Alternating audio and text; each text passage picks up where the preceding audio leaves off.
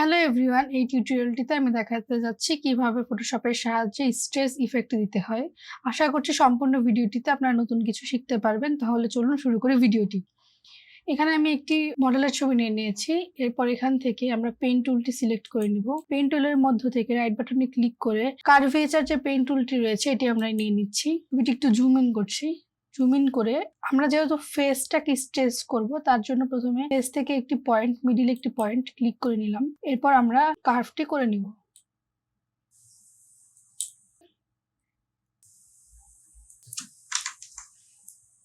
আমরা যেদিকে স্ট্রেস করব, মানে যেভাবে স্ট্রেস করব সেভাবে আমরা এই পাথটি সিলেক্ট করে নিব। এরপর আমরা এখান থেকে স্মাজ যে টুলটি রয়েছে এই টুলটি নিয়ে নিব। স্মাজ টুলটির মধ্য থেকে সফট রাউন্ড ব্রাশটি নিয়ে নিব।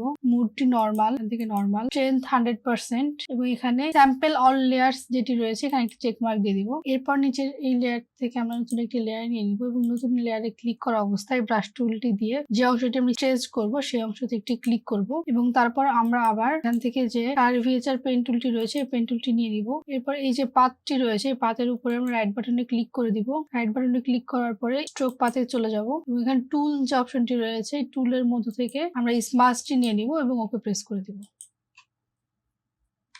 দেখুন আমাদের এটি কিন্তু চলে এসেছে, স্মাজটি হয়ে। এরপর আমরা সিলেকশন টুলটি নিয়ে এই যে স্ট্রোকটি আমরা দিয়েছিলাম স্ট্রোকটি ডিলিট করে দিই। এরপরের কাজটি আপনারা একটু লক্ষ্য করে দেখুন। এরপর আমরা ব্যাকগ্রাউন্ড যে লেয়ারটি ছিল ব্যাকগ্রাউন্ড লেয়ারটিতে চলে যাব। এরপর যে কোনো একটি সিলেকশন টুল নিয়ে নিব। সিলেকশন টুলটি থেকে সিলেক্ট সাবজেক্ট ক্লিক করব। দেখুন আমাদের সাবজেক্টটি সিলেক্ট হয়ে গেছে। এরপর এটাকে আমরা ইনভার্স করে দিব। তার জন্য কিবোর্ড থেকে কন্ট্রোল শিফট এবং আই বাটন একসঙ্গে প্রেস করব। দেখুন ইনভার্স সিলেক্ট হয়ে গেছে। লেয়ার 1 এ সিলেক্ট থাকা অবস্থায় নিচের অ্যাডজাস্টমেন্ট লেয়ার থেকে লেয়ার মাস্ক করে নিব। দেখুন লেয়ার মাস্কটি তৈরি হয়ে গেছে। এরপর আমরা এখান থেকে ব্রাশ টুলটি নিয়ে নিব। এবার আমরা যে অংশগুলোতে স্ট্রেস রাখতে চাচ্ছি সেই অংশগুলো ব্রাশ করে দিব। অবশ্যই খেয়াল রাখতে হবে যেন এখানে এই ব্যাকগ্রাউন্ড এবং ফোরগ্রাউন্ড কালার, ব্যাকগ্রাউন্ডে ব্ল্যাক এবং ফোরগ্রাউন্ডে হোয়াইট থাকে। তারপর আমরা এভাবে যে অংশটি ট্রেস করব জাস্ট ব্রাশ দিয়ে ড্র্যাগ করলে হয়ে যাবে। এখান থেকে অপাসিটি এবং ফ্লো 100% রাখছি এবং ব্রাশটি সফট রাউন্ড ব্রাশ, আমরা সাইজ ছোট বড় করে নিতে পারি ব্রাশের।